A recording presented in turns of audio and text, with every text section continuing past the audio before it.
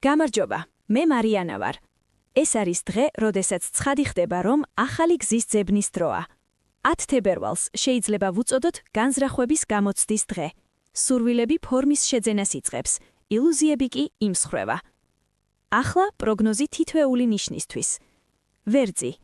მოერიდეთ კატეგორიულობას და ინდივიდუალურ სამუშაოს. კურო. შეიცვალეთ იმიჯი, შეიძინეთ ახალი საგნები, სამკაულები. ტყუპები.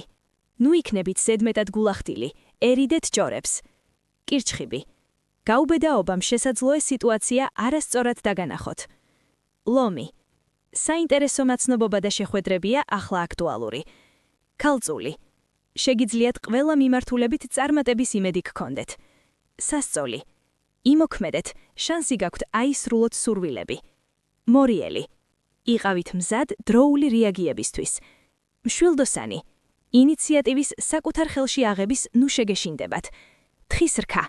ეს დღე თქვენს უახლოეს მომავალს განსაზღვრავს. მერწყული.